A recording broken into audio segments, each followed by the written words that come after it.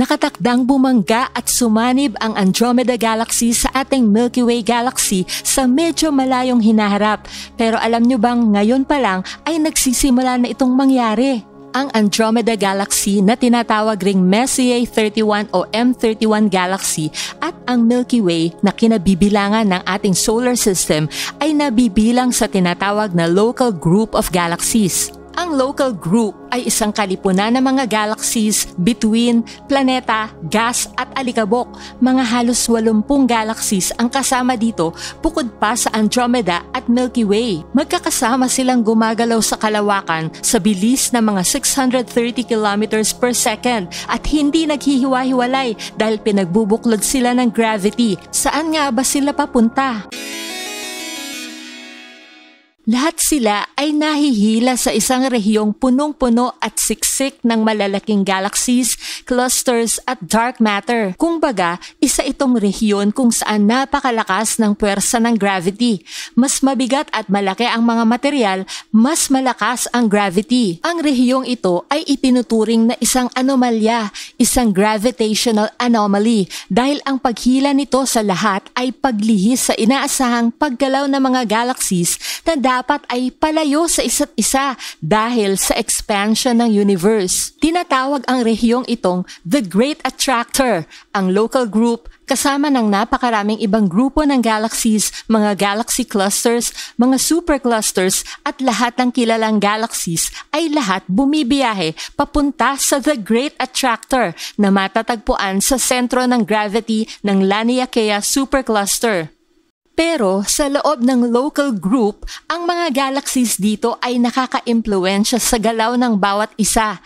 Yung mas maliliit na galaxies gaya ng mga dwarf galaxies ay pwedeng umikot sa mas malalaking galaxies. Ang mga dwarf galaxies na Large Magellanic Cloud, Small Magellanic Cloud at Sagittarius Dwarf Galaxy ay umiikot sa Milky Way gaya ng umiikot ang buwan sa Earth. Mga 60 galaxies na ang nadiskubreng umiikot sa Milky Way. Ang mga dwarf galaxies naman na M32 at M110 ay umiikot sa Andromeda Galaxy. Mga 13 galaxies na ang nadiskubreng umiikot sa Andromeda. Pwede ring magbanggaan at magsanib ang bawat isa sa loob ng local group o minsan sinasabing kinakain ng mas malalaking galaxy ang mas maliliit. Sa kasalukuyan, 2 dwarf galaxies na ang sinisimulang kainin ng Milky Way Galaxy, ang Sagittarius Dwarf Galaxy at ang Canis Major Dwarf Galaxy.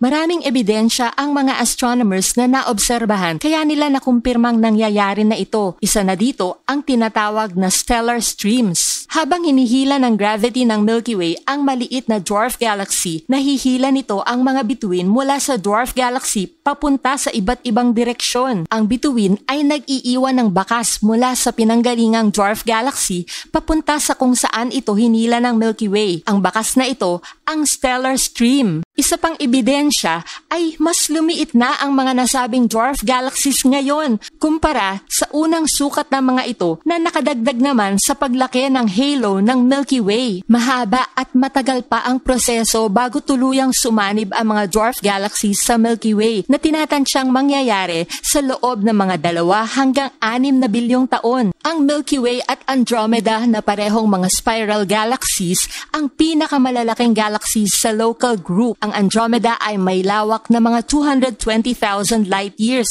samantalang ang Milky Way ay tinatantsyang nasa mga 100,000 light years, kaya lumalabas na mga doble ang laki ng Andromeda kumpara sa Milky Way. Pero may mga bagong pag-aaral na nagsasabing mas malaki kaysa sa mga naunang kalkulasyon ang tunay na laki ng Milky Way. Kaya sinasabi ng ilang astronomers na posibleng magkasing laki lang ang 2 galaxies. Sa mga malalaking galaxies sa local group, ang Andromeda ang pinakamalapit sa atin. Malapit kung ang sukat ng universe ang pagbabasehan. Pero ang layo nito sa Milky Way sa ngayon ay mga 2.5 million light years pa rin. Ang isang light year ay katumbas ng 9.5 trillion kilometers. Kaya imagine niyo na lang kung gaano kalayo ang 2.5 million light years. Gayunpaman, dahil din sa gravity at sa dark matter na nakapalibot sa dalawang galaxies, lumalapit sa atin ang Andromeda sa bilis na 400,000 kilometers per hour. Ang ganitong bilis ay parang bumiyahe ka papuntang buwan sa loob lamang ng isang oras.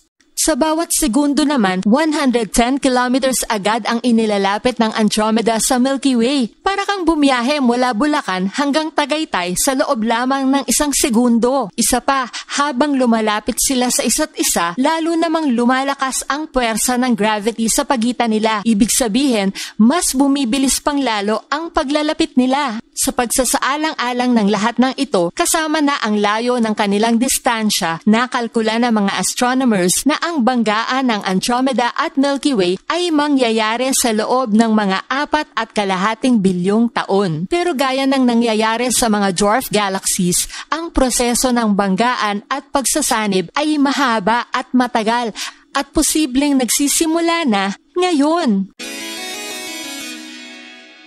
Dalawang malaking ebidensya ang nakita ng mga astronomers na nagmumungkahing ang banggaan ay nangyayari na. Unang ebidensya, ang halo na nakapalibot sa Andromeda Galaxy ay umaabot na sa halo ng Milky Way. Ang halo ay parang malaking bola ng gas na pinapalibutan ang buong galaxy. Gamit ang Hubble Space Telescope, nagulat ang mga astronomers na ang halo ng Andromeda ay nasa mga 1.3 million light years na papunta sa direksyon ng Milky Way. Sa 2.5 million light years na layo sa pagitan ng Andromeda at Milky Way, ibig sabihin nangalahati na ng distansyang ito ang naabot ng halo ng Andromeda. Ibig sabihin, ang halo ng dalawang galaxies ay nagpang-abot na. Pangalawang ebidensya, ang ilan sa mga namataang mabibilis na bituing tinatawag na hypervelocity stars sa Milky Way ay galing sa Andromeda. Komplikado ang mga kalkulasyong ginawa ng mga astronomers upang matunton ang pinanggalingan ng mga hypervelocity stars, pero iyon ang lumalabas na konklusyon na nagsimula ng magpalitan ng mga bituin ang Andromeda at Milky Way. Kumpirmado, tuloy na nga ang banggaan ng dalawang galaxies at kapag nagsanib na sila upang maging isang mas malaking galaxy, tatawagin itong Milkdromeda Galaxy. Pero marahil ay iniisip mong, hindi ba't nag-e-expand ang universe? Hindi ba dapat ay mas lumalayo ang mga galaxy sa bawat isa dahil dito?